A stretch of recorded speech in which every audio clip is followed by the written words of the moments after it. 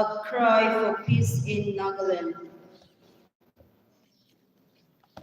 So I request you to take your time.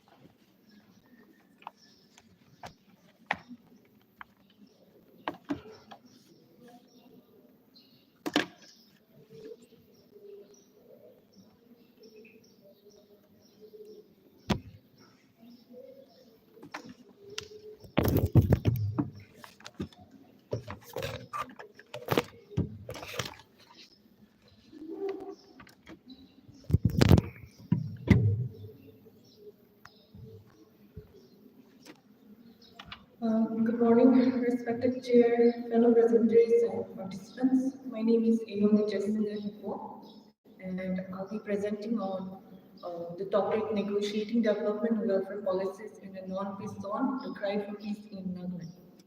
So the 20th century is attributed to the Naga political movement characterized by the idea of self-determination. So the Naga political movement has seen a great deal of unrest throughout the years, and this story was revered or reflected in poetic songs, and it was also reflected in narratives of folk songs or music and as such. And however, the Indo-Naga conflict, which began before independence, continues to intermittently continues, throughout the second decade of the millennium, accompanied by a series of armed conflict, political instability, economic instability, and even systematic corruption. So the very idea of this paper is to analyze developmental policies in the context of corruption, political instability, and in the context of peace. So, development and welfare policies in the state is largely manipulated by the existing factions, and currently we have more than 26 factions or Naga national political groups, as we call it now, operating in the state along with rampant corruption and misappropriation of funds. Okay, severely hindering the effective implementation of development and welfare policies. So today the region remains divided with every faction levying taxes on businesses, government offices, and development projects, often enforced through threats and violence towards common men. And as we know that most areas in Nagaland are under the much debated ASPA Act of 1958, okay, which grants impunity to security personnel to shoot and kill without crime or reason. And this a case which we can reflect in this aspect is the autumn incident, which occurred recently in December 2021, where 6 miners were killed point blank and several injured.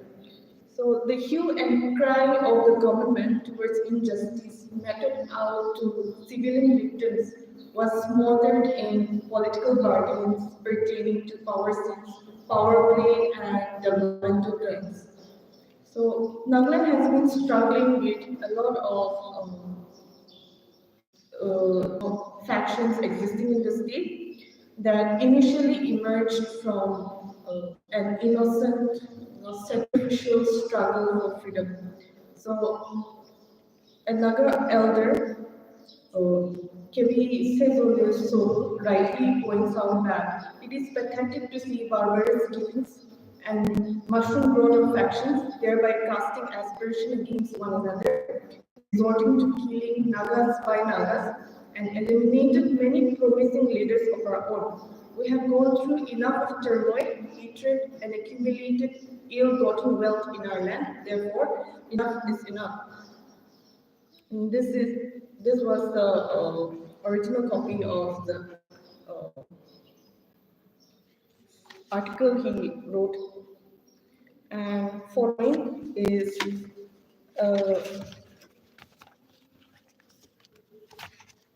provided a receipt of how rations were distributed back then by the Naga army, okay, to the villagers or to the government.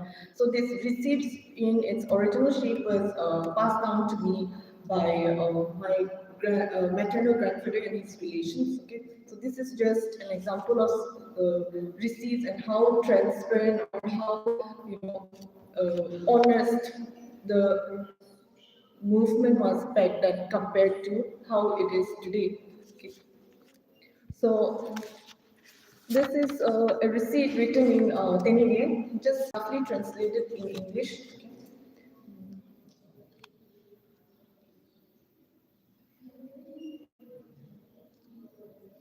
So this was received on June 26, 1970 at Jakhama, where 6 Naga army on ration duty were given food.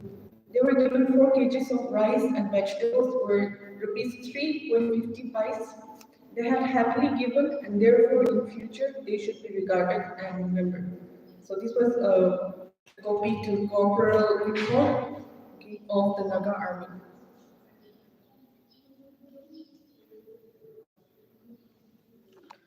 And this is also another receipt, okay, budget sample of 1970.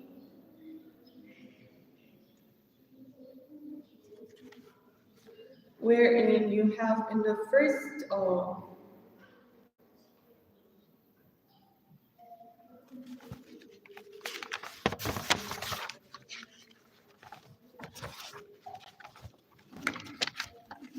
serial number, where a household number of 412 is provided for Visama village, and a budget of only rupees 153 was given. So in the second serial number, we have a budget given to Jakhama village with a total household of 331, given a total budget of rupees 123. So these were all given and transparently shared with the people, okay, so that they will be able to get ready in time and also sponsor the Naga army or the federal government. So when we look at the Naga movement initially, it was a people's movement where people where our leaders were honest. They were, sacrificial, and they were very transparent. And they also gave proper receipts of this type, and these are samples of the original receipts. So the idea for this samples and for this receipts is to just allow you to get an idea of how the Naga army or the political groups were like back then compared to how it is today. And if we compare it to today's or to the present time scenario, many extortion and demand cases in recent times have erupted. A very good example can be the massive public relay, which was recently conducted on August 6, 2024, between NSCNK and Angami Youth Organization. So this was just a testament towards the plague of people, towards the cries of our Naga brothers and sisters. And corruption multiple levels prevents resources from reaching the people who need the most. So in today's context or today's scenario, we have the rich getting richer and the poor getting worse. Corruption remains as one of the biggest roadblocks to effective governance in Nepal. Political leaders and bureaucrats have misused development funds and welfare policies, and they have used those funds and policies as a form of political tool rather than addressing real social and economic problems. And so Nagaland being one among the other northeastern states that holds for economic growth is still far lagging behind in economic development. And so elites in Nagaland comprising of the bureaucrats, contractors, politicians have become the capitalist vis-a-vis the ruling class of the state. The social, tribal, and political environment in Nagaland at the moment is not conducive to hassle-free developments, making serious welfare policies due to being a salary-dependent state, tribalism, multiple number of NNPGs, corruption, threat, and coercion, while also demanding cuts from every functioning entities. And the salaried economy of Nagaland, where a large portion of population depends on government jobs, has also uh, contributed to economic stagnation in a way forward or some suggestions or recommendations. So recommendations can be to allow the government and stakeholders of allow the government of India and stakeholders of Nagaland government to facilitate sincere dialogues with one another. And as Father Anton has shared in his speech, to use a top-down approach and vis-a-vis down-to-top approach, and also to minimize delaying tactics to arrive at logical solutions. We must also strengthen ties and develop mechanisms for better accountability in peace and development initiatives seriously. The future of our state depends on its ability in addressing this vicious cycle of political instability and corruption and also economic setbacks. So without peace, no development policy can be effectively implemented.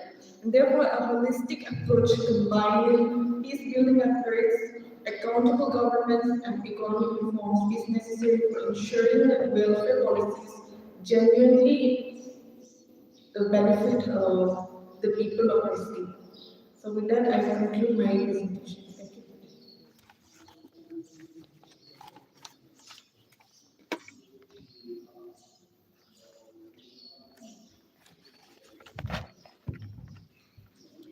Thank you, Ms. Jacinta, for your presentation. Now we shall have a question and answer hour. So it's open to public, and if any question, kindly you can raise your questions. Any doubt, compliment.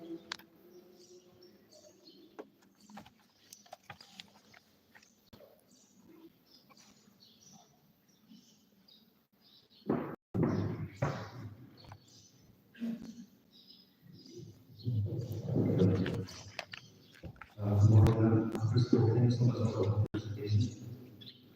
My question, I have two sets of questions. So, my first set of questions, I don't know if just my personal point of view, I'm confused, so I want to clarify. See, according to Article 271 of state, no external Muslim in about 1% million. That's what we know.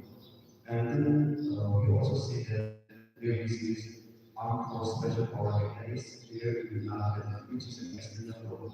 And so I'm confused that. So can you kindly verify that to me? That would be my first question. And my second set of question about Nagaland freedom, right for freedom. We have already mentioned in your presentation saying that we have more than 26 sections. And then we can also see that in our state, the entrepreneurs, we get to hear so many things. People are scared to set up business because of the tax that is coming from so-called freedom fighters. So according to you, our freedom fighters really fighting for our freedom, or are we really doing it for the president in please comment on it? Thank you so much. For your question. Let me start by commenting on the second one. So I think that personally I don't want to go in depth on it because it's quite a sensitive issue.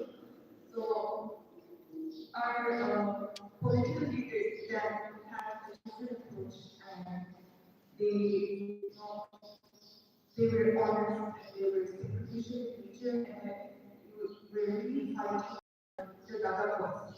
However, what we see today is, we have another principle is diverting from that original plot and taking advantage of people for that purpose, for that purpose. So the political movement today is, for me personally, only has become for some factions, also for some factions, uh, they speak struggle. I don't know what it is, quite sensitive issue. And can you please repeat the first question? My first question is, according to Article 371 Clause A, no external laws to be implemented in our, because we have our own customary law to handle our own conflicts or any problem that happen in the state. But according to this, we have seen that, like you have mentioned in your presentation about this opting incident. From there, the central government has implemented this so-called the Armed Force Special Power Act. So I wanted to clarify on this. So AFPA, I should say, is rooted in history of insurgency movement. So I think the right person to answer this would be yeah, since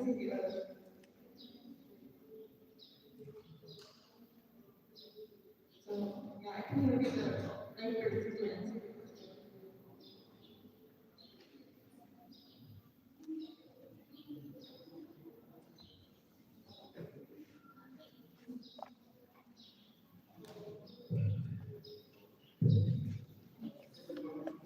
Sure, sure, please.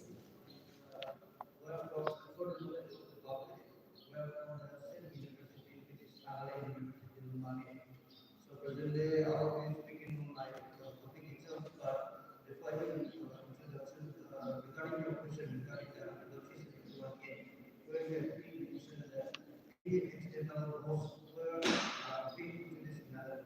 That is the question. Okay, so regarding the under this clause of Article 371 here, which is also made in the Indian Constitution. So here the administrative of justice, when you have the administrative of justice, whether civil or criminal, which is based in another, that is prior with the traditional laws, which is called customary laws, where our administrative of justice in we have a framework of customary law, depending on our tribes. Also, but the majority is that the customary is to say that if a person is being, say, if a person is being caged as a thief, in a robbery, then it is the customary law where we during the older days, they have to pay certain time for the very amount. But with the modernization of 351 of the Ministry of Justice, also have more competent controllers and responsible. That is one of the key of the, and even to this extent of civil justice. Here, if there is a main issue, then the head of the village or the eldest of the village becomes one of the power, which is also the person who gives the judge on that. So, where it is not the general council is that the village council has been introduced and different kind of and have been introduced based on it. That is the reason where the customary law has become more modern day. And regarding to the stages, the where the law, for example, Aadhaar is passed or GST is passed, and in that regard also if the NLM, logistics, the MLS administration, presently they are going on this similar rate. So in case if we not about this thing, we not about use this thing, then if they have been people like that, obviously the state will use, but they, if other is not good for other people, then the delegate object and say, no, I'm going to be using other. That depends on questions of the government they know and what to ask why we are not using that. Because under case any judgment, any decision is being made by the legislative assembly. That is the concept of feasibility audit. So I think that is. Thank you, sir. Yes, any more questions?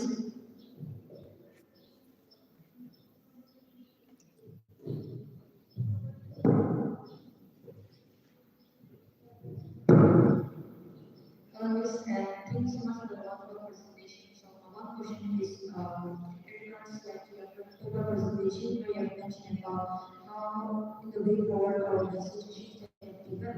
So you have said that how government of India and the state government they have to work towards to bring out the transparency in the present situation. So like my one question is like, how can an individual work towards to take a part to bring out the transparency between the government of India and the stakeholder of government?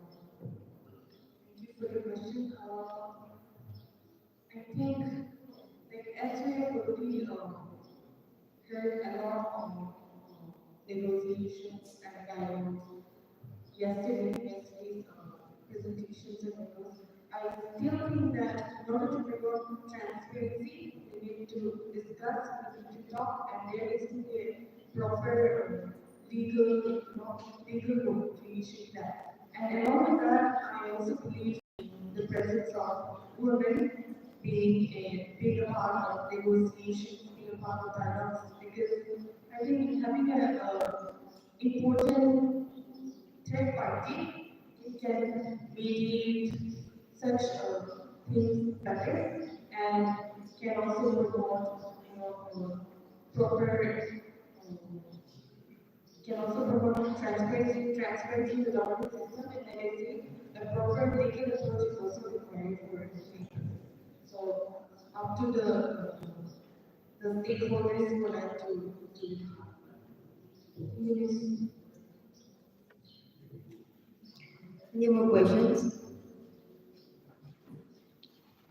I think, thank you for questions and for clarifying your queries.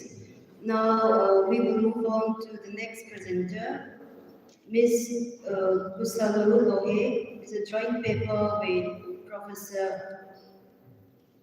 Rishikesh Singh, Assistant Professor, Department of Law, Nagaland University. Their title of the paper is Advancing Social Justice and Human Rights, the Role of Women in Driving Social Transformation. So I request them to take it.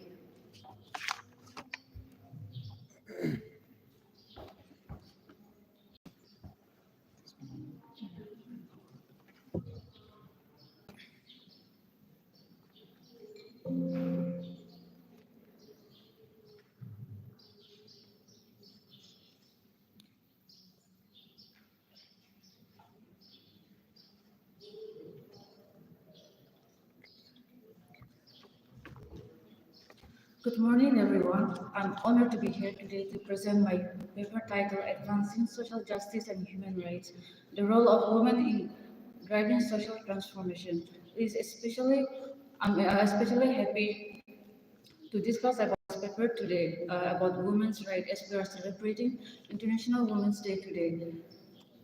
I would like to extend my warmest greetings to all the incredible women here. A very happy Women's Day. I'm Kusal Lohe, research scholar from Department of Law, Nagaland University, co-authored this paper with my supervisor, Dr. Rishikesh Singh Foster, Assistant Professor, Department of Law, Nagaland University.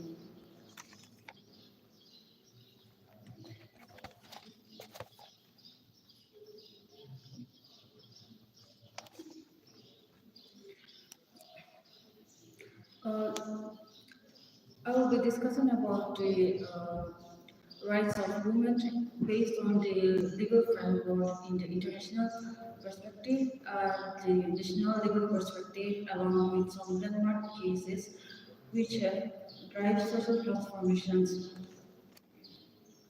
So, when we look at India, in recent decade, women have played a crucial role in advancing social justice and human rights, driving substantial changes through their contribution across various areas like education, economy, and development. Historically oppressed by patriarchal norms, women have challenged systemic barriers leading to significant advancement in social, economic, and political status. Despite their significant impact, gender disparities continue to exist across different regions, limiting women access to resources, opportunities, and decision-making roles.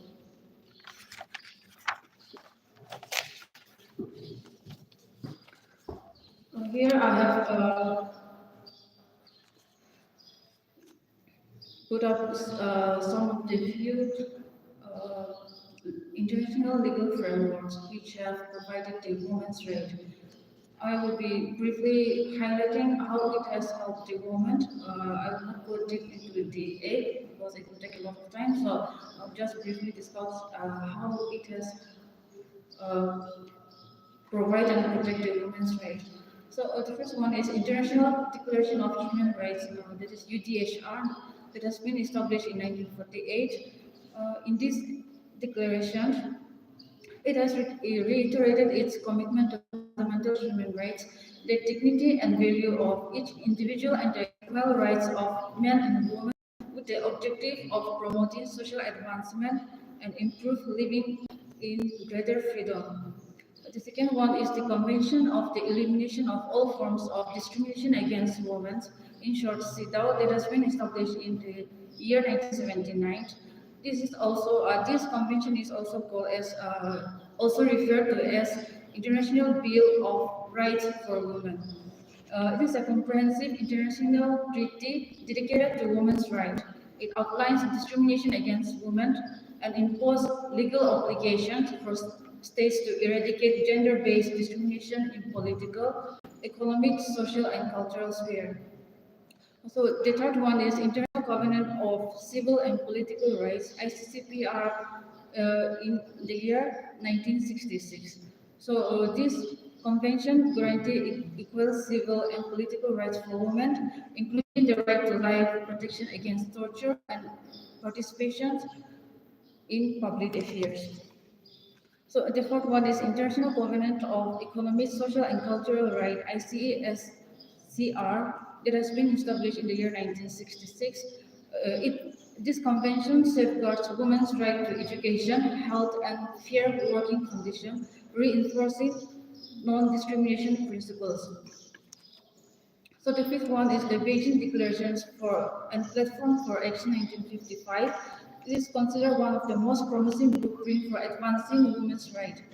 This declaration is significant commitment to gender equality, highlighting the necessity for policy reforms, economic development, and protecting reproductive rights. So I would like to mention also the Sustainable Development Goals SDG 2015 that has been adopted by the United Nations, which provide a comprehensive framework for gender equality under goal number 5, which aims to achieve gender equality and empower all women and girls. So all this international framework has been provided. However, one lacuna that I found in this is that there is no effective mechanisms for the enforcement, since the enforcement largely depends on the consent of the state corporations and the political will.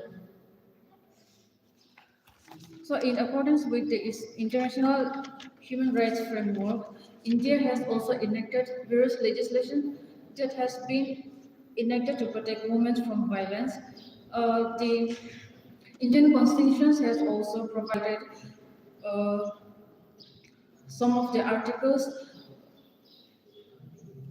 to protect the women through Article 14, that is right to equality between men and women. Article 15, which discriminates the classifications of which prohibits the discriminations between men and women on the basis of caste, race, and place of birth, and also Article 16, which provides equal opportunities for employment for both men and women. So beyond these constitutional provisions, several legislative measures has been enacted. The first one is Protection of Women from Domestic Violence Act 2005. This act provides civil remedies for women for victims of domestic violence, including protections orders, resident rights, and financial assistance. It ensures immediate relief and equal and legal support for women facing abuse. So the second one is Sexual Harassment of Women at Workplace Prevention, Prohibition and Redressal Act 2013. This law has been provided to protect women from the workplace against the sexual harassment. So this law like mandates establishment of internal complaints committee where the women can go complain in this committee. The third one is Dowry Prohibition Act 1961. This law prohibits the giving, taking, or demanding of dowry in marriages and prescribes penalties for violation which may extend to 5 years and also with fine. It aims to eliminate dowry-related violence and financial exploitation of women. The third one is Hindu Succession Amendment Act 2005. This amendment has amended the previous Hindu Succession Act 1956. This amendment grants daughter equal rights to inherit ancestral property, ensuring gender equality in Hindu laws. Earlier, only the male can become a compulsory, that is the head of the family in the Hindu undivided family. However, this amendment has granted the woman also to be a compulsory in the Hindu undivided family. So the Commissions of Sati Prevention Act 1987, this act has been enacted to criminalize the practice of sati, that is self-immolations of widows from the husband funeral pyre. It imposes strict penalties on those who abet or glorify it. It seeks to prevent any attempt to revive or promote the practice of sati. So I would like to mention where Women Reservation Act 2013. This act has been enacted through the Constitutional Amendment 106, which reserved 33% of seats in the Lok Sabha and state assemblies for women. It seeks to enhance women political representations in governance. So last year, new criminal law has been amended. This new criminal law 2014, which has like replaced the old laws of IPC, CRPC, and the Indian Evidence Act. So the new law aims to address crimes against women and ensure better legal protections with stronger penalties, and also it ensure faster investigations and trial procedure to ensure timely justice, enhance protection for women and witnesses to encourage reporting of crimes and recognitions of modern crimes like cyber stalking and digital harassment. So there are so many cases where women take active part in like bringing the changes in the Indian legal systems. However, I would like to discuss a few of the cases.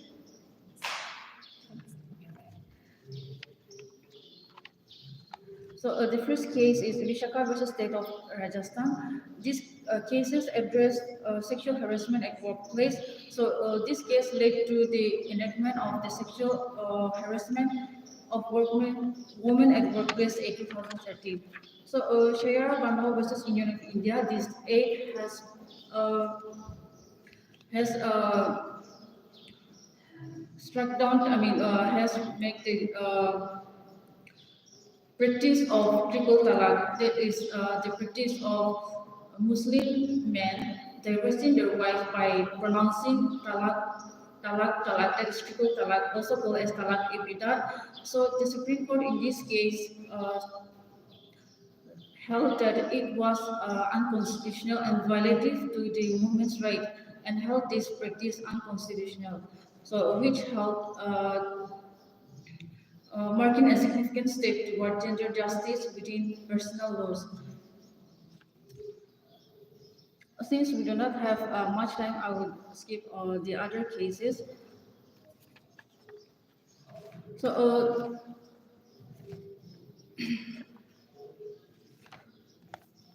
the women play a role in driving social transformation by fostering inclusive education, advocating for human rights, and challenges systemic inequalities. One of the primary ways women contribute to social transformation is through education, as educated women are more likely to participate in the workforce, contribute to economic growth, and advance for social change within their communities.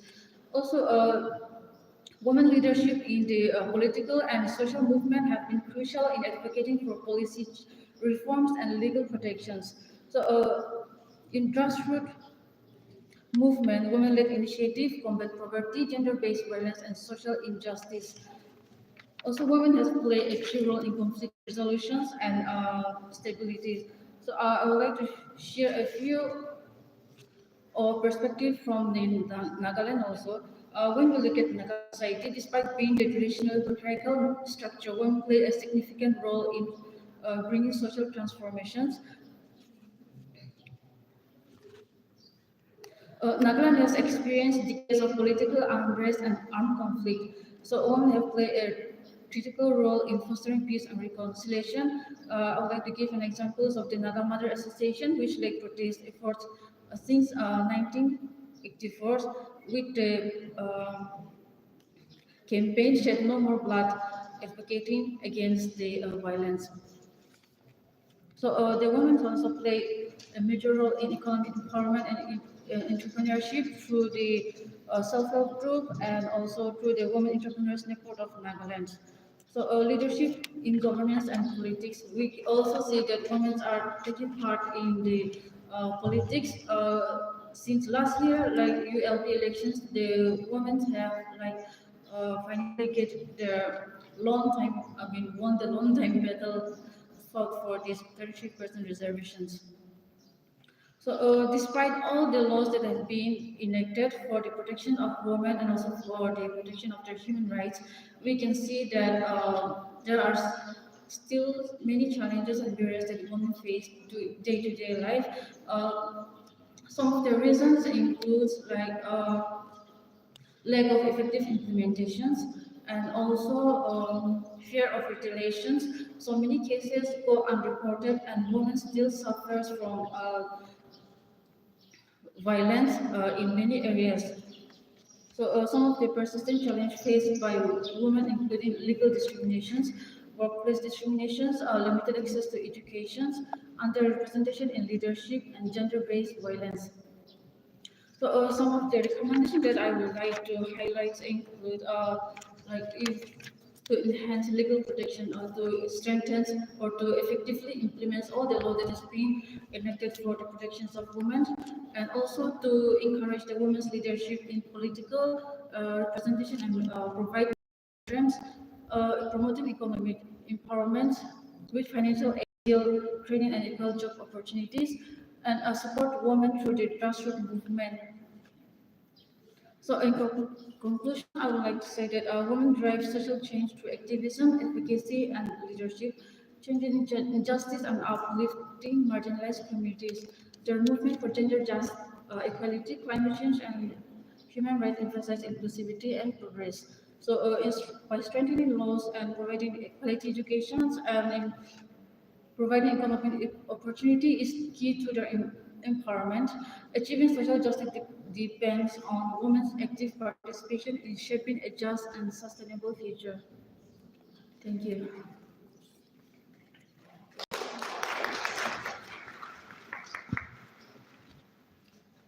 Thank you, Ms. Lohe, for your presentation.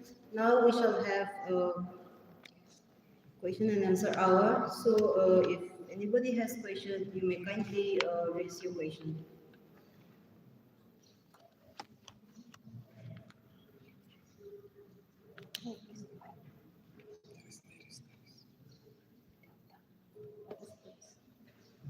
Use the mic.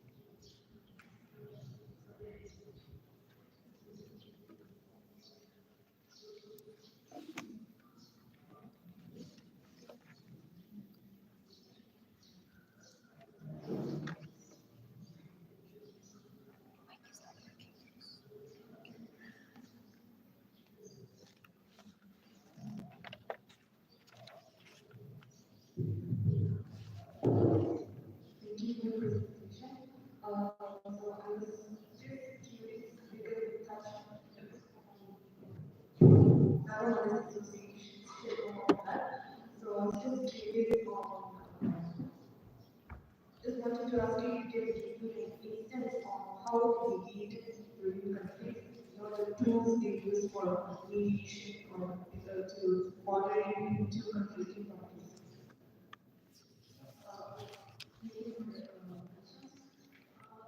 Video duplicate.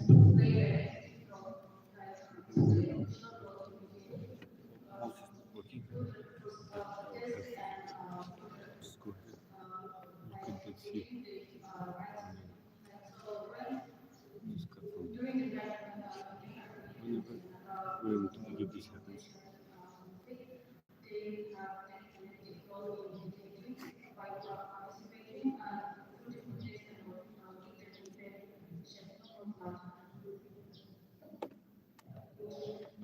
Go this way. I also heard about how the use of death penalty or the use of mental or the use of mental videos to use as Who is next person to? so can you elaborate on So- that? This so some tools like the as a sign of appreciation. So things like cameras, things like earrings or traditional attire and mental preparation presented as a sign of peace to to mediate between the different countries. So can you elaborate on how the significance of using such traditional or using such things in the peace process?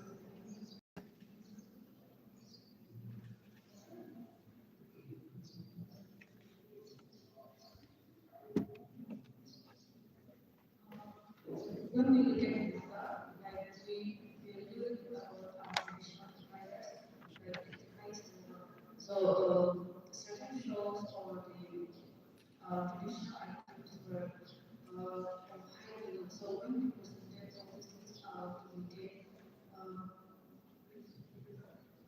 and there are also some shows that looking for I mean that we design for peace and for social respect. There are things in certain tribes there are things like that. So with that they also play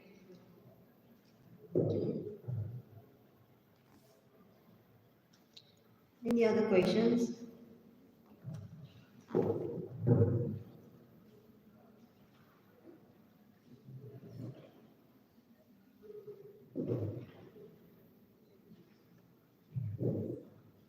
So thank you very much for the presentation on this special day. We wish you all the best for the future, and especially all the women who are listening. So my question is, we have a lot of constitutional provisions in order to empower women, but at practical level, I think it is not fruitful. Maybe in our village products, all these things are not that much practical. So, as a practical suggestion, can you give some suggestions in order to improve our women's development practically according to our village products? so institutional provision has enshrined certain articles like I mentioned, Article 14, Article 15, and Article 16. So all these articles are not enough to, I mean, since they are not providing specific provisions to protect the women, so based on in accordance with these provisions for the protections of women and to provide equality for women, certain laws have been enacted based on these constitutions. So, the protections of women from domestic violence, for example, which protect the women from the violence and discriminations, and also the protection of women from sexual harassment, like it also like enacted based on this constitutional provision that has provided equality and to prohibit the discriminations.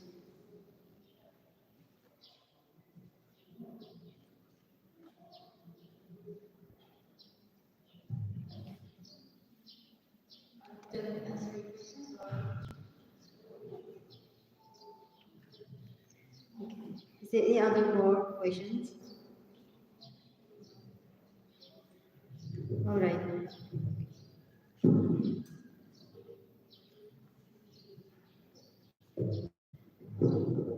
recording, and thank you for this time.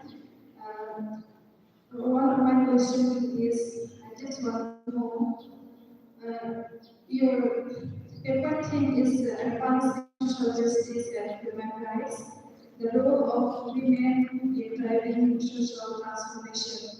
So, talking about this theme, I just want to ask few of my want to get few knowledge about what are the some contributions that are being overlooked women's contribution, what are being overlooked in a system. So that's why I just want to know about what are the contributions, especially you specifically you mentioned about the Mother Association. So looking at your team, I believe there are some loopholes that women's contributions are not being appreciated. That's why we are being taking up this kind of research. So I just want to know what are the loopholes that you have found out that women's contributions are not being appreciated. Thank you. Thank you for your questions. When we look at the women, like in today's society, women have played an active role, like they have played an important role in most, and we are advancing to a certain extent. So, like I mentioned about the women contribution to education, like social empowerment, political areas, but there are certain areas where women contributions are not appreciated or they are not made it to the public. I mean, they are not appreciated. The women uh, the woman's role in the family. So I feel like that area is not being appreciated enough or like it has not been uh, make it as an important part that is being played by women. So because women role in the education or like making a home, in all the development, I mean development of the child or the kids or the family, it all started from there. So I feel like the women's role in being at home is not being appreciated enough. Thank you.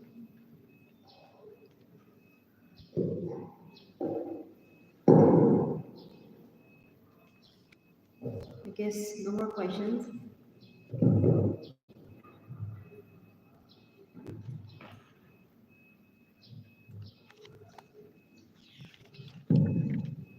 Thank you so much. Your presentation was very insightful. And my questions is not specifically to you, anyone can also chip in. Actually, we've been talking about the need and importance of participation that we have discussed now, not exactly a different thing. I just want to know what are the barriers that exist that hinders full or active participation of women. Thank you for the question, ma'am. Uh, when we look at today's society, women are taking part in all the advanced in all areas. However, they face certain barriers you still face today. When we look at the advanced areas or the towns, maybe there has not been much, but when we look at the local, I mean, villages or the remote areas, women still face lots of barriers to actively participate, like education, because in the villages and in the rural areas, they consider that it's not important for women to acquire higher education. And also, they are not encouraged to participate in the decision making because we are being like brought up from the patriarchal society that women's decisions are not appreciated or they are not appreciated to participate in all this area. And also,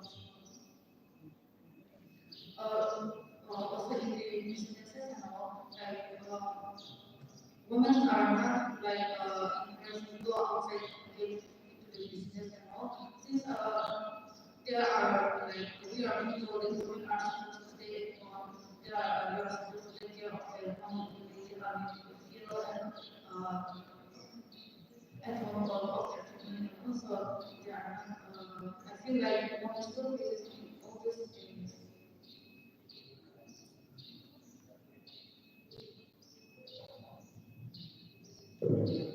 Can I answer?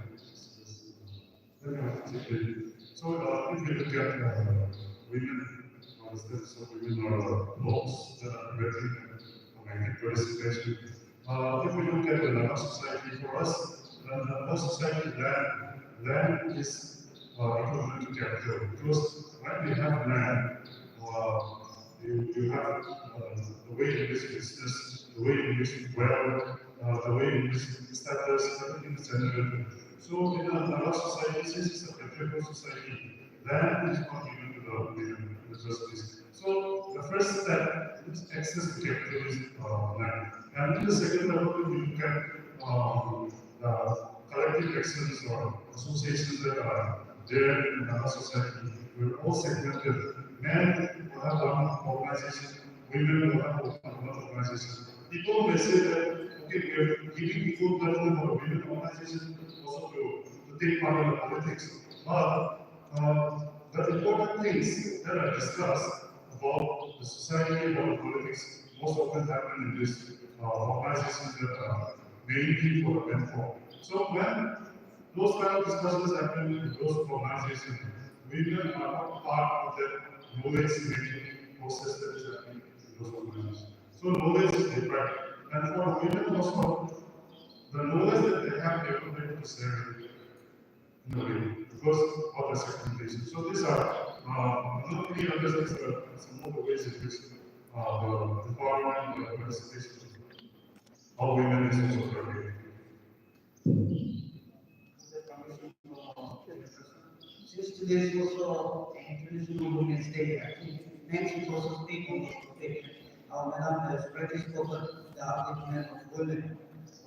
First of all, I'm interested in my happy International Women's Day, and the theme itself is that all women equals respect, equality, and empowerment. That's the theme for this year International Women's Day.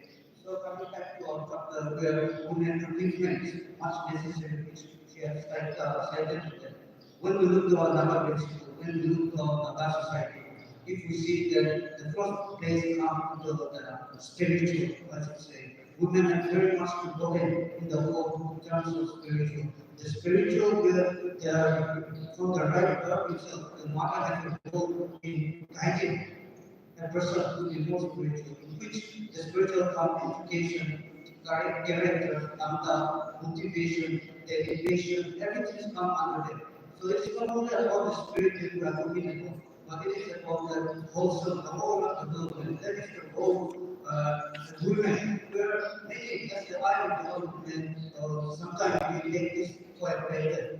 And when it comes to the education, now if we look at our present scenario, and even in this spiritual, I can see that women ratio are more higher than men.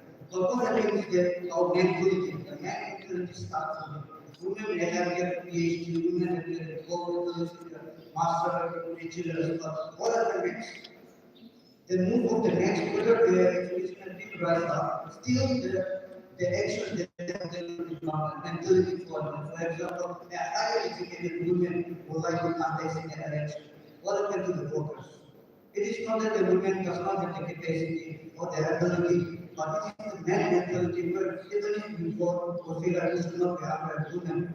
On those principles, the upliftment of women become very, very reduced, even if the education rate has been increased. So, and many professional like in media, whether you're a prosecutor or as a lawyer or in different kind of as a contractor, do we ever put this in a women to be as a contractor or things like that? That is the education statement where the women are helping both that have increased a lot in different kind of areas. So today, as a Women's Day, I think it is right to discuss about women. The men also should believe that it is not the mentality that are being this only the women ability to progress, but it should be also our faith that if a woman and we participate actively in any kind of sphere life, whether at the grassroots level, the village level,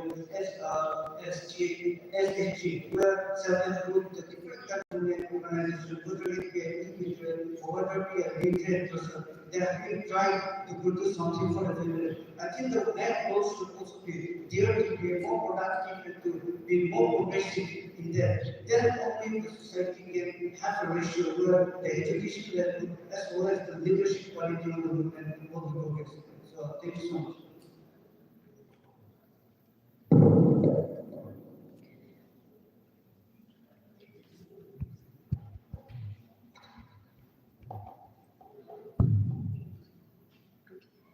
Thank you for the very interesting interaction, and I think this is the right time, right place, and right moment to discuss about the women upliftment. Now we shall move on to the next presenter. It is Mr. Pizamoile, joint paper with Dr. Abel Erina, Assistant Professor. So their title is A Study on the Consumption of Sunflower Drug Among Students in Dimapur District. I welcome Riza to take your time.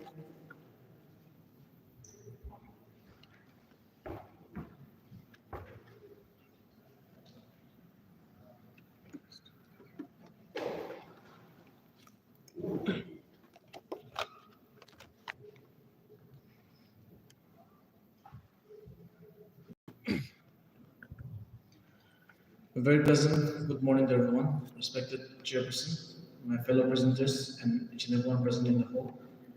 It is an honor for me to be up here presenting and discussing my paper with you all. My topic is titled Intrapersonal Conflict and Addiction to Sunflower Drug Among Students in Dimapur District, presented by me along with my co-author, Dr. Abel Erina.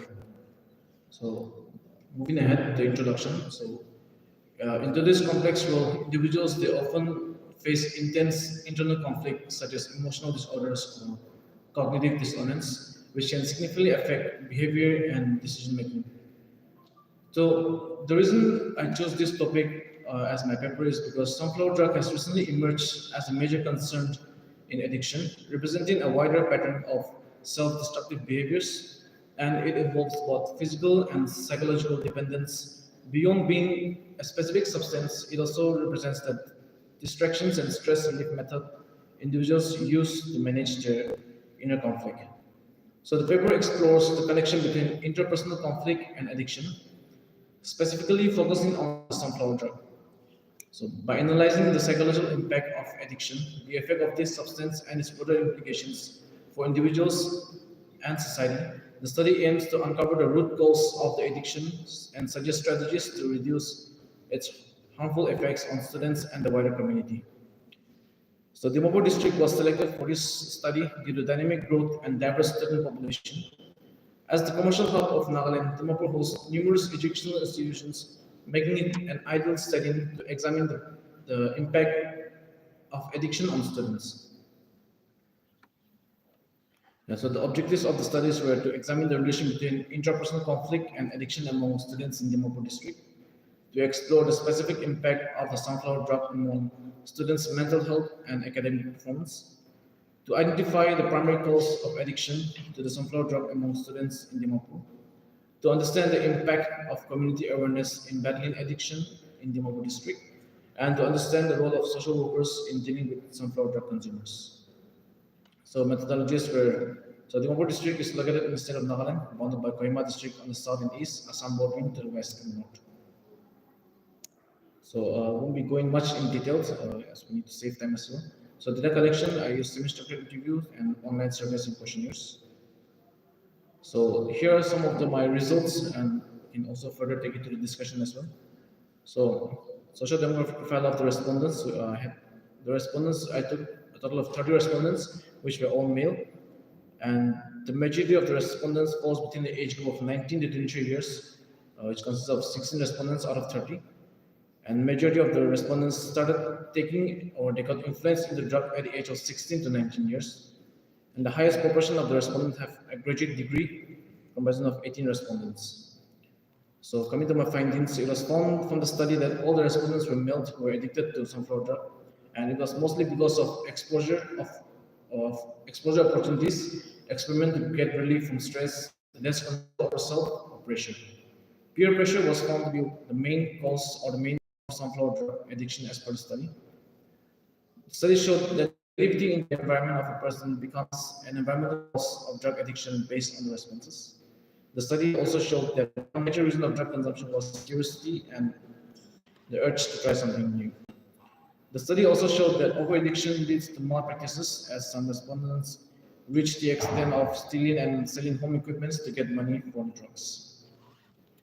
So some of the impacts on their personal relationship.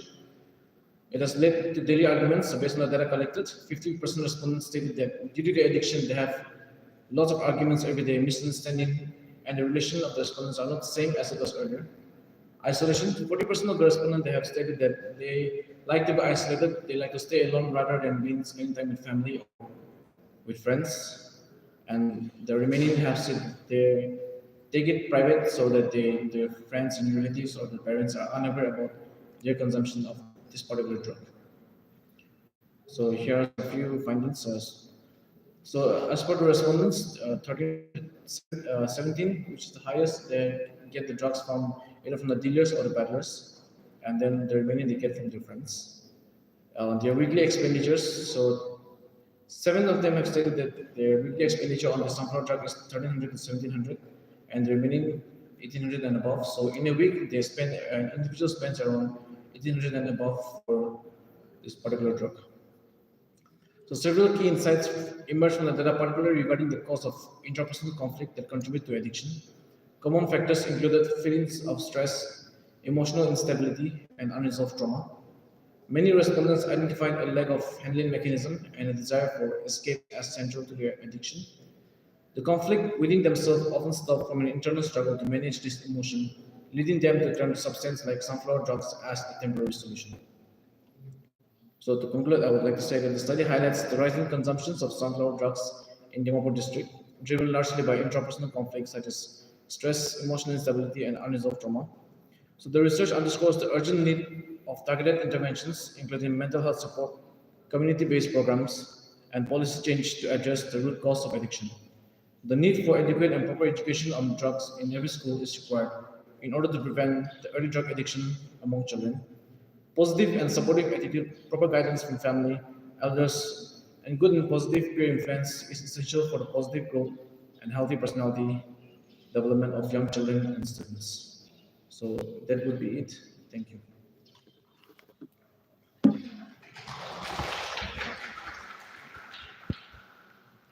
Thank you, Reza, for your presentation. Now we shall have question and answer hour. So if anyone has any doubt or to compliment, you may take your time.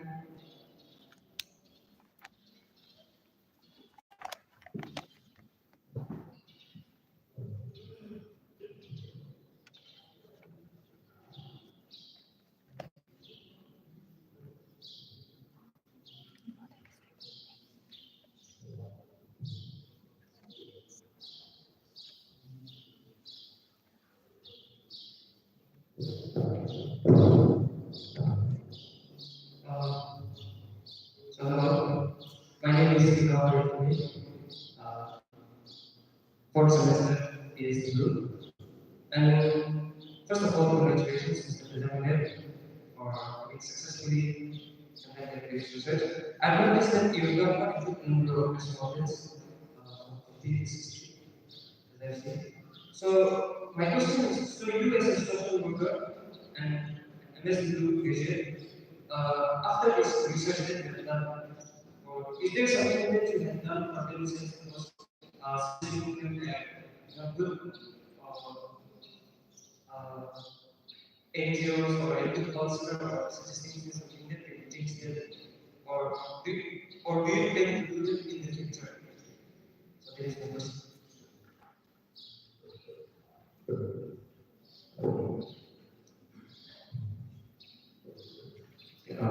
Mr. Nihon, for the question. For encouragement, my response was 30, I did 30 respondents. Coming to your question, as a social worker, actually I've already taken 3 of them that we have, and then one of them I personally had counseling session with him, and he had decided to change. He is good trust, and I'm still in contact with him. Obviously, the identity is confidential, as per we have also discussed earlier. So there is one is good change, 3 there we have, and then the remaining also I still try to keep in touch with my respondents. I try my best to change them as a social worker. I think that's the best we can do. And also as a social worker, what we all can do is that if we all, not just by saying, but if we put our words into action, whatever we are saying, we put it into action, if we not just talk about change, but also if we really change. So if, like what people said, as a social worker, it is our duty to go reach out to them, make them aware about the side effects, the impacts, and what they may be enjoying the drugs now, they may be having a good time, it will be a great time for them to discuss. But the most important thing is we should make them aware of what will happen in the future.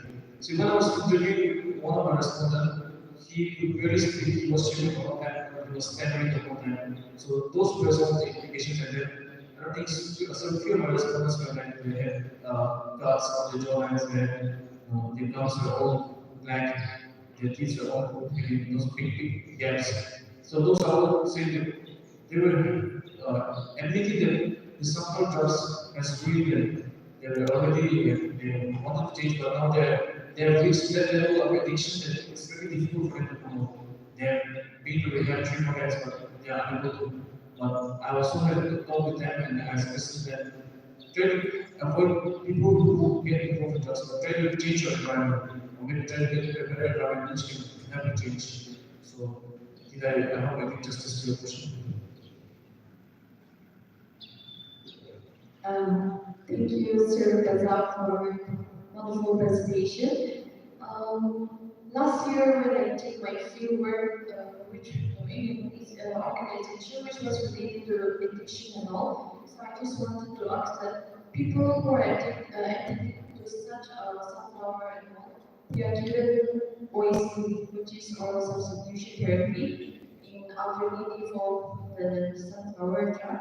So I found that instead of the people who take such therapy, they are getting more addicted to OST. So, in your opinion, do you think that OST is a good alternative of sunflower or? Well, I cannot say that it's either good or bad because a drug is a drug. We cannot do anything about it. But yeah, giving it as an alternative and making it another habit is also, I would say, in my opinion, that is a bad choice.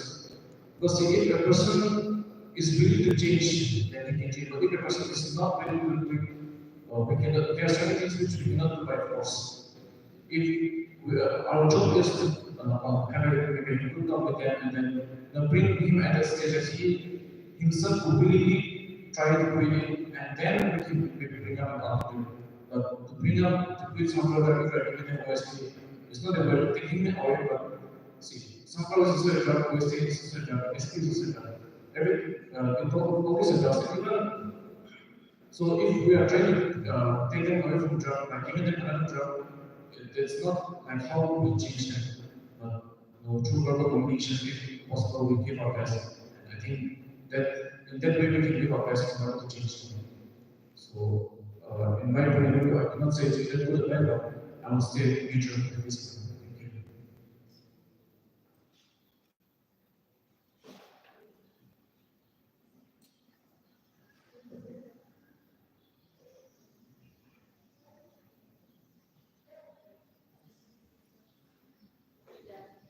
Thank you. So, being a social worker, I just want to know, like, how can families and friends effectively support loved ones struggling with addiction without enabling them?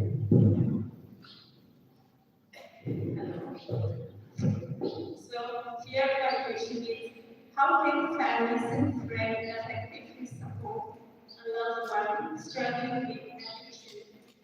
without men being there and stay there. Thank you so much for the question, ma'am.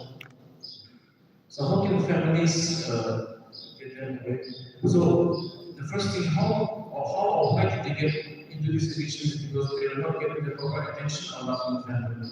It is the discrimination that they felt in the family, and then they felt that attention, they felt that attraction towards the drug which has put them. So as in the family, what we do is that if we focus more on them, if we know that we're addicted, then the best thing to do is that give more time to them so that they don't get distracted with other ways. So if we're giving more time to them, if we spend more time with them, I believe that will change it, and they will change their habits. So I hope I did justice or like answer. We have any kind of like policy changes or any kind of strategy that you can make them to change. See, the only strategy is to give them time, spend more time with them. Because why are they getting addicted? Because they are being neglected in the family.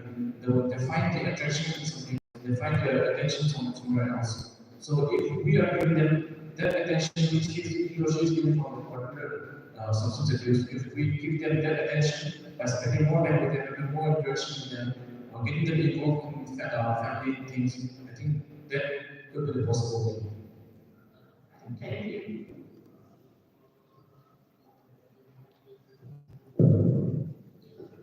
Thank you so much, Mr. Puri, for taking us through about this sunflower drug. So, I'm very not familiar with what is this sunflower drug. So, for me, it's relatively very new thing. So, can you please highlight more about this sunflower drug? How is it different from other types of drugs? Thank you for the question, please. Yes, this sunflower drug actually it was first discovered in Burma by a guy named Shang. And then, so its origin is in Burma. It was discovered by a guy named Shang, and then it was discovered through the sunflower itself. But then the Pakistan colony sunflower, and slowly into the sunflower drugs. So how is it different? Is because the dose that the other drugs give like ganja, ST, and OST. So this sunflower drugs it gives double the dose, and it's more dangerous than any other drugs. And as per the study which I've done, as per the research and the respondent that I've stated that sunflower drugs is like the worst that they ever experienced. They will enjoy the pain, but internally it kills them. And then the amount of dose that they take, the more they take, the more it destroys them. I think that will be it.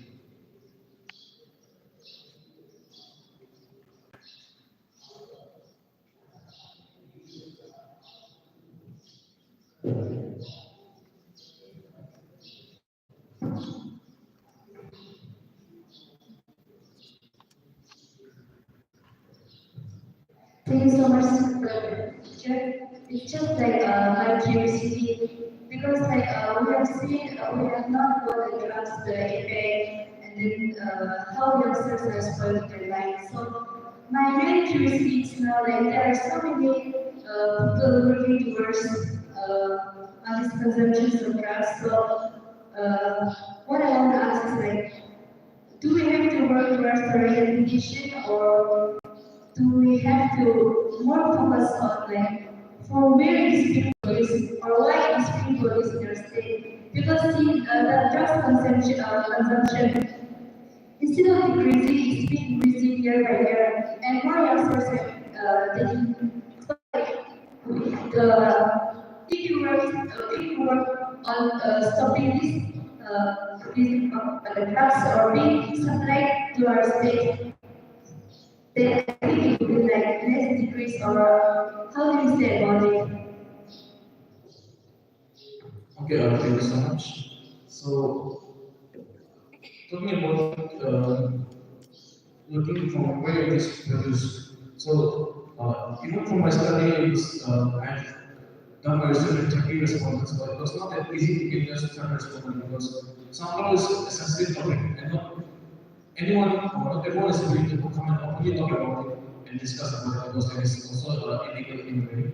So, if we were to talk about waste production or waste reform, I think I would need to do a further study on that, and also maybe I will need a good team to work on it. But on the other hand, yes, if we were to stop this consumption, awareness remains one thing, and then we can also spread the awareness at a very young age. The main reason I focus on schools and on students was now see this is a very age where people are getting addicted. The school students, college students. So the main purpose of focusing on the students was to get the idea or get the root cause of how they are getting. So basically, they are getting it through their friends and through friends and through teachers. So now what we can do is that if we start by now, spread the awareness, and then see at a very if we make them aware at a very young age, they will be or they will still have that awareness about the side effects and the impacts. So if we can't do if we can't go to where it is produced or where it's it has come from, the other alternative is go to schools and colleges and then maybe even in the community, then we can organize awareness campaigns. And also there are many people who have recovered from this addiction or who have quit through various processes. So maybe we can take it by the permission of us to go if they are willing to. We can take them as an example. We can also share their testimonies and how they have gone through this, what has it cost them, and how they can overcome and what are the side effects that they have faced. So that will also be an option for us. I hope I did justice to your question. One more.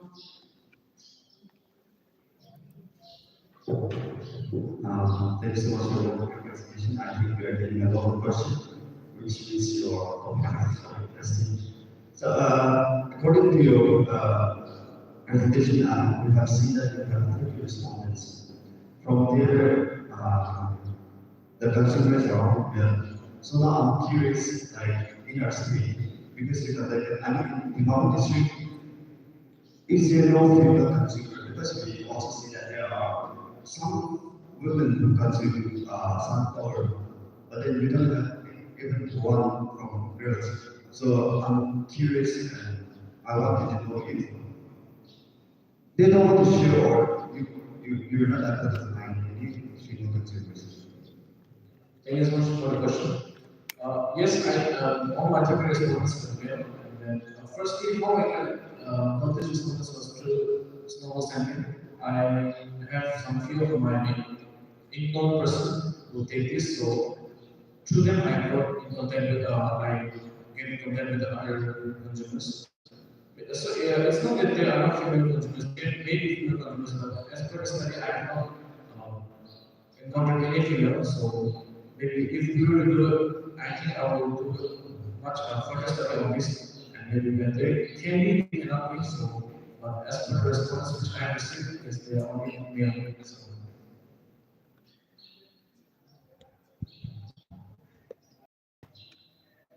I guess one more question.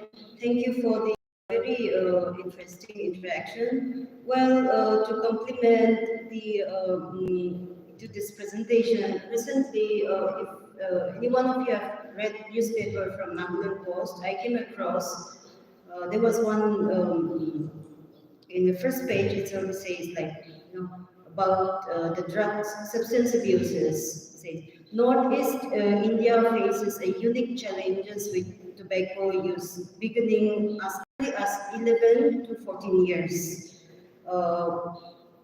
comparing to the national average of 18 to 25 years, which means the uses of substance abuse it's very it's highly prevailing in Northeast India, which is an alarming concern that we have to really think we need to think about to study on the root cause of this. And again, for scientific studies, any research studies, it is always justice to include both the genders with equal samples. Because when we look at the cancer, substance abuses which are related to cancer, both men and women, men on lung cancer, women on breast and cervical cancer, all these are associated with the substance abuses. So maybe in future, the reason for this drug substance abuses or availability of drugs, maybe we can analyze why it is available in the state in northeastern region.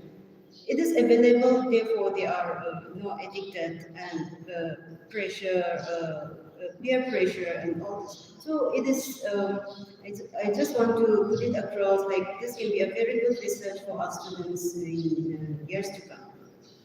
Thank you, Rizal. Now we shall move on to the next topic. I request Father Robin Thomas to come on the stage. He is assistant professor from NASER. The title of his topic is A Study on the Potentialities and Strength of Rubber Farmers in Newland, Nagaland. Father, please come and take your time.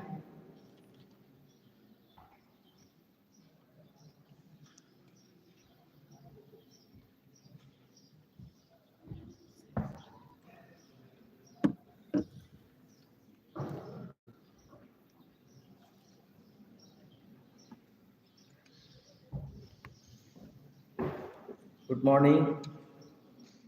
Good morning, respected Father Principal, Father C.P. Ando, Chairperson Miss Judith, and my dear colleagues and my dear friends. My research topic on a study on the potentialities and strength of rubber farmers in Newland, Nagaland. Introduction. The purpose of this study for identifying the economic opportunity and the potentiality of rubber farmers. Research design data were collected from a sample of 432 individuals from Newland district in Nagaland. Findings of this study proved that rubber farmers in Newland involved creative methods of farming. The strength and economic potential of rubber farming in Newland positively influenced to rural livelihood. Government training programs significantly enhanced the productivity. Practical implication of this study. Rubber farming in Newland can have a significant practical implications for local livelihood, especially job creation, youth employment for engaging youth, skill development, and modernization of agriculture. Historical background of rubber farming in Newland. In 1990s, the Rubber Board of India, in collaboration with the Nagaland state government, began promoting rubber farming through pilot programs and training initiatives aimed at rural farmers. These programs were instrumental in familiarizing local farmers with rubber cultivation techniques and raising awareness about the crop's economic viability. By the early 2000s, rubber farming was expanding steadily in Newland. Importance of rubber farming in rural livelihood. Rubber trees contribute to soil conservation, erosion control, and even carbon sequestration, making them an ecologically sound crop choice in many rural landscapes. Managed sustainably, this plantation can also enhance biodiversity, improving the region's natural ecosystem balance. Research objectives. Thus, to study the innovative agriculture practices utilized by rubber farmers in Newland. This objective collaborative connection with the qualitative objective, the quantitative objective to examine the potentialities and strength of rubber farmers on rural livelihood in Newland, particularly youth engagement in agriculture. Review of literature. The study shows that the existing institutional arrangements and policies which evolved historically to facilitate rubber area expansion in the traditional region have been highly instrumental in perpetuating rubber farming as a monoculture system. However, such an institutional mechanism proved to be highly redundant in the context of a northeastern state which are otherwise drives in terms of integrated farm, livelihood system, and shifting cultivation.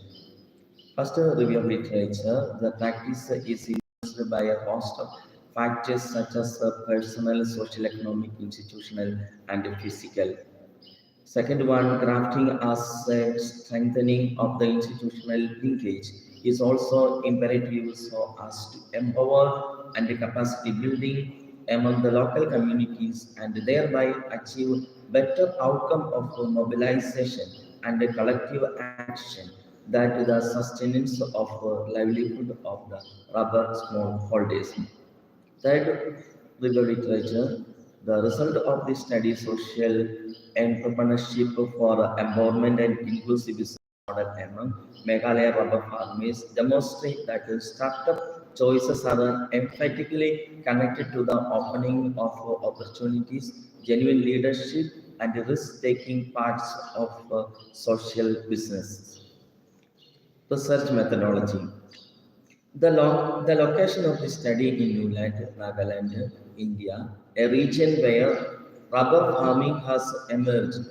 This study focused on 432 rubber farmers in 27 villages. 16 samples were collected from each village. This study investigates the social, economic, and environmental strength of rubber farming and its role in engaging youth in agriculture. This study will use a mix. This study used a mixed approach to capture both qualitative data, economic benefit, demographic trends, and qualitative insight, innovation aspirations on the strengths and the potentials of rubber farming in Newland. Descriptive and exploratory, aiming to map out existing strengths while identifying areas for development and youth engagement. Primary data collected by survey interviews and focus group discussions, and secondary data collected from existing research policy documents and agriculture reports related to rubber farming in Nagaland. First objective to study the innovative agricultural practices utilized by rubber farming farmers in Newland. This is the analysis of the first objective. Is a qualitative analysis. In that qualitative analysis, I found four areas: agroforestry and intercropping, sustainable land management, organic farming and biofertilizers, climate resilient and practices. Second objective to examine the potentialities and strength of rubber farmers or rubber rural livelihood in inland, particularly youth engagement in agriculture. In that objective, first figure expand total area of plantation by the classification of the response. According to this table, 28% of farmers have less than 2 acres of land. 48% of farmers have 2 to 5 acres of land. 15% of farmers have 6 to 10 acres of land. And 9% of farmers have more than 10 acres of land. From this study, I can understand that most these respondents are farmers who have 2 to 5 acres of land. Second figure expand untapped area of rubber tapping by classification of the respondent. According to this table, it's very interesting. 70% of farmers are untapped in less than 2 acres of land. 26% of farmers are untapped in 2 to 5 acres of land. 2% of farmers are untapped in 6 to 10 acres of land. And 1% of farmers are untapped in more than 10 acres of land. From this study, we can understand that most these respondents are farmers who have less than 2 acres of rubber plantation for untapping. Third figure expand number of rubber trees untapped by classification. According to this table, 51% of farmers untapping less than 100 rubber trees, 28% of farmers have 100 to 500 rubber trees untapped. 14% of the farmers have 5,001 to 1,000 rubber trees untapped, and 8% of farmers have more than 14% of the farmers have 501 to 1,000 rubber trees untapped, and 8% of farmers have more than 1,000 rubber trees untapped. An important finding from this study is that people with less than 100 untapped trees had the highest response. So I submitted this uh, article to Rubber Board of India. Uh, they contacted and they sanctioned one provision for starting group processing in Newland. This is a certificate they issued after this study.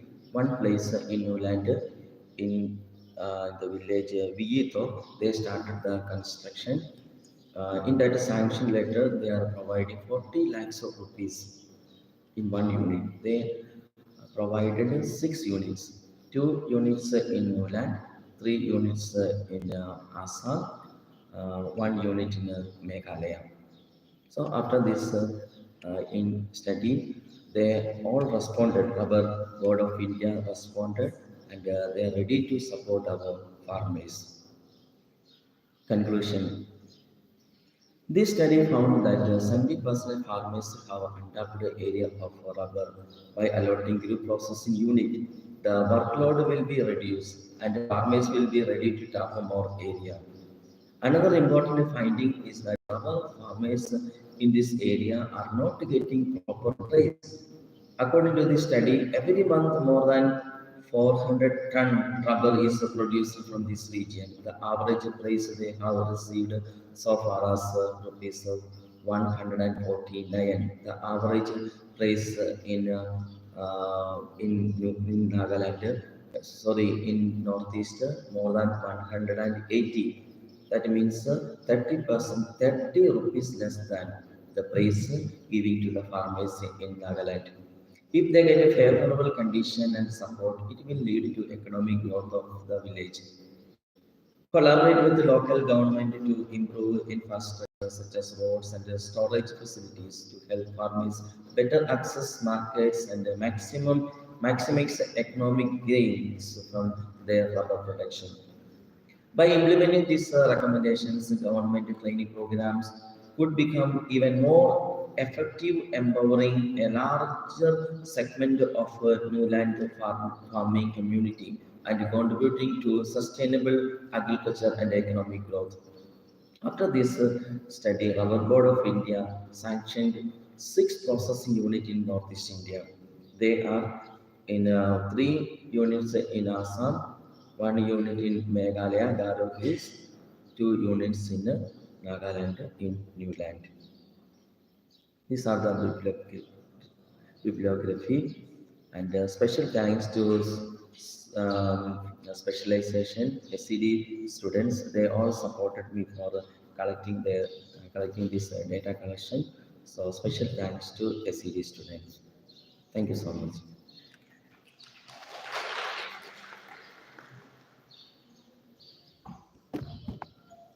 Thank you, Father Robin, for your presentation.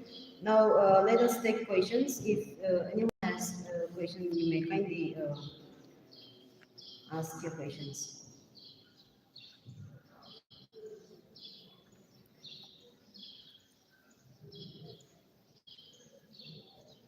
No problem. Mic is not working. Anyway, we can just ask. Thank you so much, Father, for the wonderful presentation. It is curious what made you choose this topic, and also it can be any other place, but what made you choose Berlin? What made you choose this topic, and also what made you choose this place in Berlin? Maybe it can be any other places.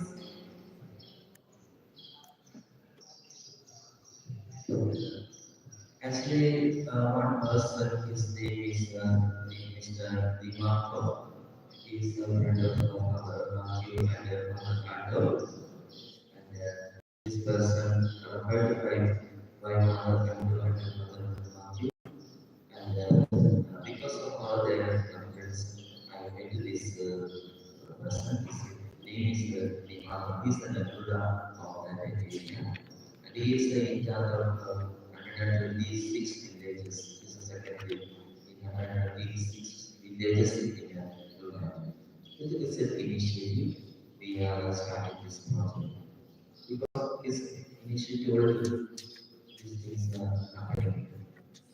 Even one person in every district, like this the marker, can give a lot of practice. This is the reason we can decide this.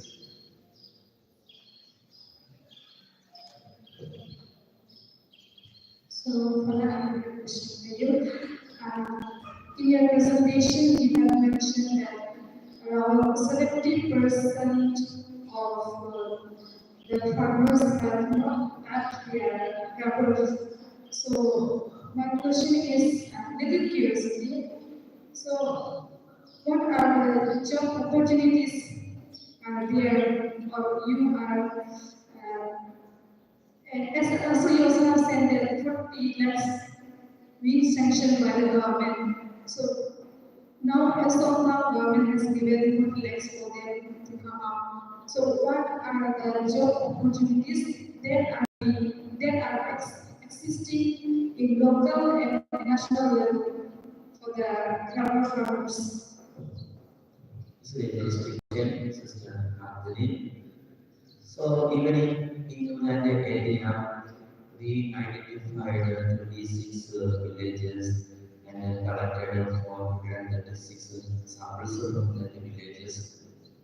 So, we identified that 70% of farmers have untapped trees. They are not tapping, they have trees, but they are not tapping. Then after that we identified the reason behind they are not coming because of the scarcity of infrastructure.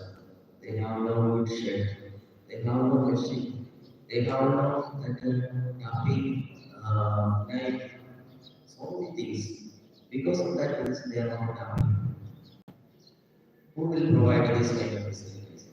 So in my article, I mentioned that even if we can address this problem, this is the real problem of the farmers in this particular area. And we must address this problem. And they suggested that they are going to provide this kind of food processing center. No need of any kind of infrastructure, no need of machinery, no need of to the shed or anything. So they provide these own facilities. So we identify the problem, what is the real problem. When we target the problem, the Board of India are ready to support. So even once we will become success, we can implement the same scheme in different parts of the northeast. Not only in another sector, another agriculture sector. Thank you.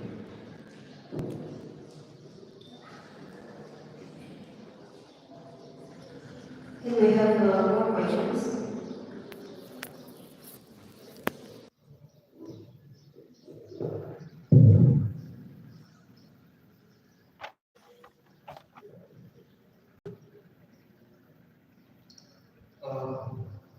Hello, Father. First of all, congratulations on successfully getting this much amount of data. And Newland is my hometown. I decided to move the town. And it is, first of all, at first, Dimapur was considered to be the biggest producer of rubber, but then Newland was made a district, and then half of some parts of Dimapur were, all of those villages the great villages were added to Newland, which makes Newland one of the biggest rubber producers. So my question is, rubber from the plant rubber demands high it has high demand of water, which means that it disturbs the water cycle. Second is it also, in order to create 2-3 acres of rubber farms, we have to deforestation away, which endangers the 13th and the 6th SDGs, water as well as the climate. So, my question is, what is your statement? And I think, in my opinion, I think that rubber plantations may give a good amount of employability chances, but then it also endangers something else that is not life. So that is. Okay, good question. This cultivation of will create some kind of environmental issues. Not only rubber, even all kind of cultivation, even paddy also, even other cultivation, all kind of cultivation are creating some kind of environmental harm. Not only rubber, even they identified, even the policy makers, they identified this particular area in the northeast on the bank of the Gangotri river. They identified in that area, they, according to their study, around the 28 districts they located. In that district, there are 92 lakhs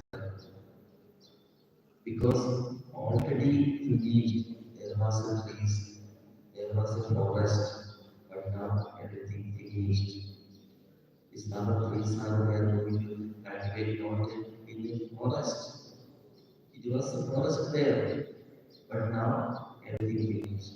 You know what is the reason? Once these things continue, definitely it will affect our environment, no doubt. It will affect our environment. You know, last year 42 degrees Celsius. This year, you know, every year our is improving. But even if we are cultivating these kind of trees, it will help our environment. It will reduce the carbon emission. That is the one advantage of this kind of cultivation. Definitely, it absorbing water. Water scarcity will come, no doubt. But we have to find out some other options, some kind of small peat or something we can make it in our land. Then given the time of rainy season, this water will fill on this peat. So many methods we can improve the water, even we can reduce the water scarcity. Definitely, it will happen because this rubber cultivation is absorbing water. So we have to find some solutions for overcoming this kind of issues.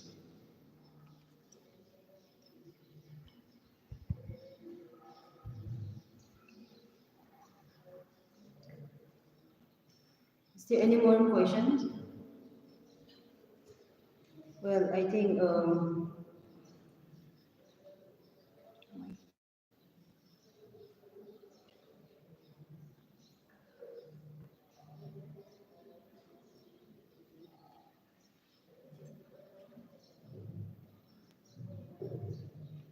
Thank you so much, Father, for your presentations. It was very interesting and the presentations, as we all know, offers both negative and positive in terms of environment impacts.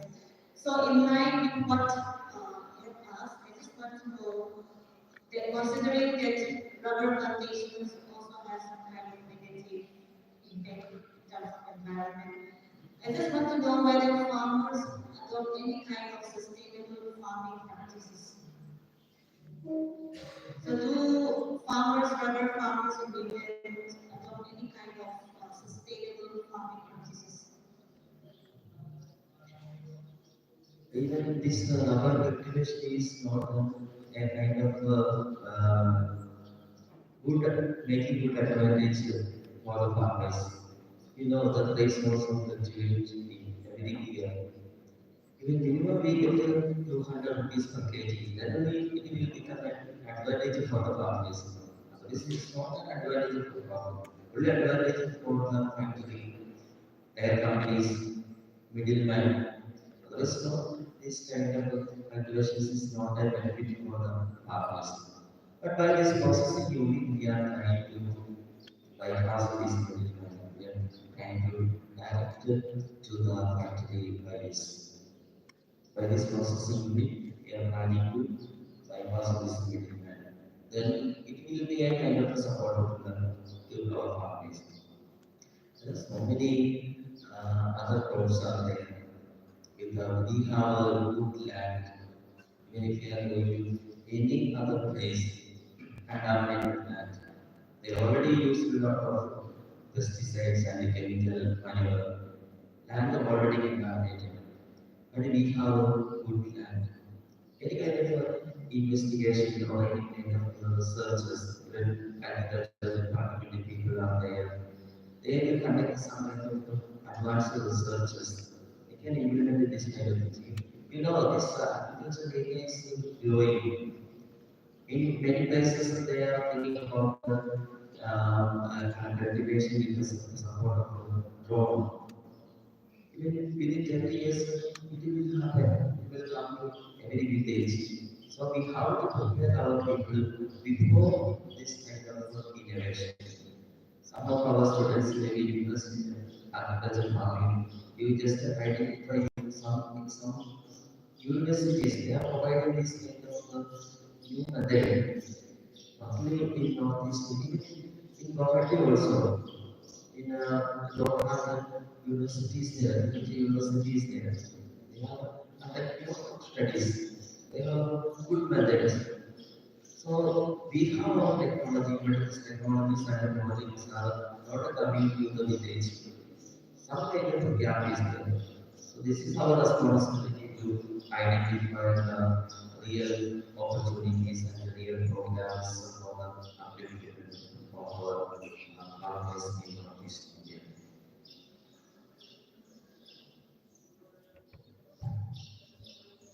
How many of you visited agriculture university?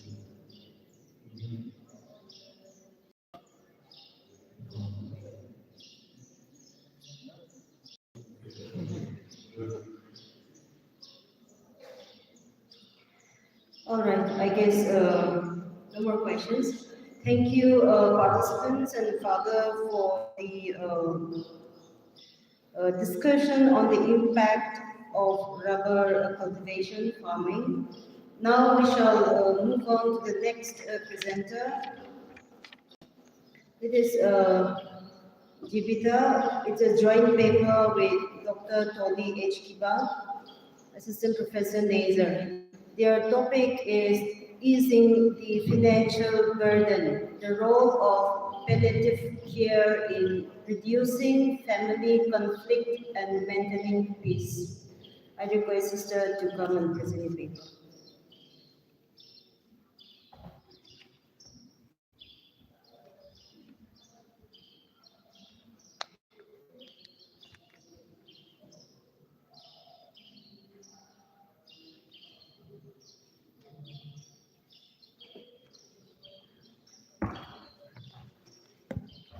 Good morning, everyone.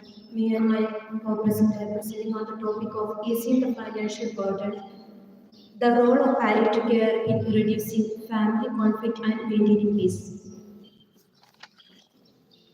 The World Health Organization defines health as a complete physical, mental, and social well-being,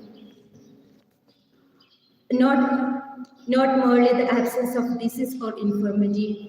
WHO defines palliative care as a comprehensive support, not only for patients struggling